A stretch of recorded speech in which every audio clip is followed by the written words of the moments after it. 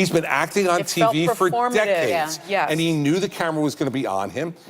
That's the easy part for Donald Trump. It's when he opens his mouth that the acting becomes more difficult. And so I think, quite frankly, the media this week completely failed the American people.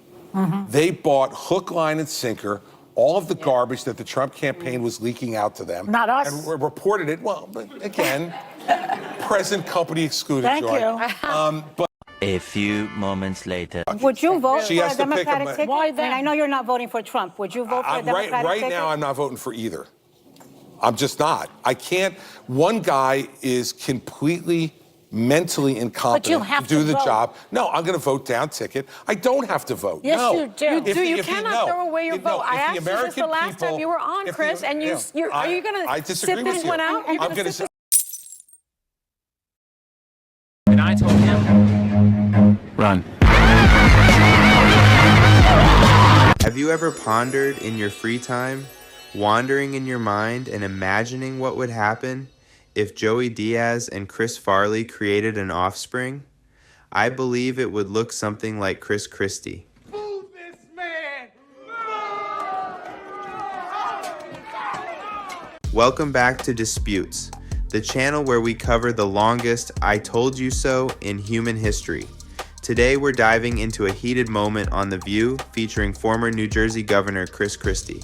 Things got pretty intense when Christie announced he's not voting for either major party candidate in the upcoming election. Before we get into that, let's watch some clips of the show to see how things shift once their united hate for Trump is not the topic of conversation anymore. Former President Donald Trump's performance last night as former 2024 presidential candidate, Governor of New Jersey, he was, Chris Christie. Yes. So, Gov, you wrote an op-ed piece for the New York Times this week, which I read, and you were wondering if President Trump could meet the moment and strike a unifying tone. Did you watch him last night, and do you think he did that? Yeah, I look tired, don't I? That means I did watch him last night. No, look, when I wrote the column, I didn't think he'd meet the moment. That was part of the point of the column. Because he is who he is. And look, I heard the conversation you guys were having beforehand about the shooting, and there's no question in my mind that if you get shot at, you're affected by it. I'm out, Rico. You understand what I'm saying? Look at me. I've been shot in the head, baby. Christie sets the stage for the fireworks. And I'm not talking about a debate. I mean the love that Alyssa Farah has for Chris Christie. About Alyssa's friend Nikki Haley, who we fought. I knew I was going to get roasted. Who we fought about here last night. She guaranteed me Nikki Haley would never support Donald Trump. She's a Shout out to my boy Chris, you still got it, brother. I'm not sure if these two are single, but Cupid sure shot a love arrow to Alyssa. By the way, if you like content like this, please like and subscribe. It really helps the channel out. The hosts immediately jumped on Christie, questioning why he wouldn't endorse Biden. Their frustration is palpable, and they argue that not voting for Biden is essentially a vote for the other candidate. Christie looks a little annoyed, and I would too if I had to sip out of that stupid mug. Would you vote for a to Democratic ticket? Why then? And I know you're not voting for Trump. Would you vote for a Democratic ticket? Right now, I'm not voting for either. I'm just not. I can't. One guy is completely mentally incompetent to do the job. No, I'm going to vote down ticket. I don't have to vote. Yes, no. you do. You cannot throw away your vote. I asked you this the last time you were on, Chris, and are you going to sit this one out? You're going to sit this one out? Don't you think it's rich for you to tell the Democrats that they've got to get rid of their nominee when you're not willing to vote for any of their nominees? Well, he's also going to wait and see what... Wait a second. You just asked me who I'm voting for now. Biden is the nominee. Let me see what the Democrats do if they change. This is not the time to sit it out, Governor. I'm willing to consider anybody who presents himself as someone who will make the country better. Now, I'm not encouraged by Kamala Harris's performance thus far, but give her why not? Give her a why chance. not? Guys, why not? We only have like a minute 30. Go ahead, so I don't use have enough it. time. Use it. That's simple. him. Hey, politically, and he's popular right would now. That ticket beat 20 seconds, Vance Johnny. ticket?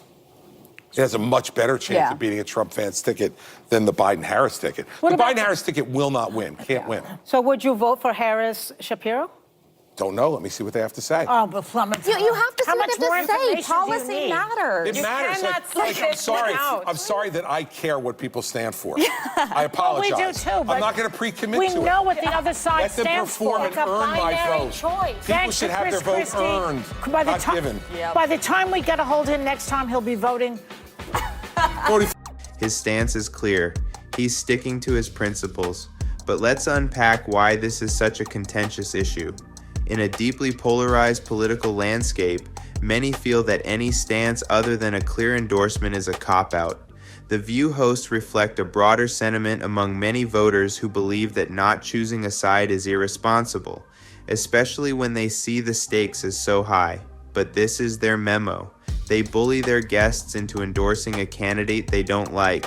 Just watch how Charlemagne had to give it to them straight. Why not endorse? Huh? Why not endorse Biden? Because if I'm sitting here telling my listeners that, you have somebody out there who is a threat to democracy, you have somebody out there who said they want to, suspend the Constitution to overthrow the results of an election. I thought that was just called being an American nowadays. When you look at the polls, people don't seem to be too pleased with either one of them. But is it really fair to attack someone for not endorsing a candidate?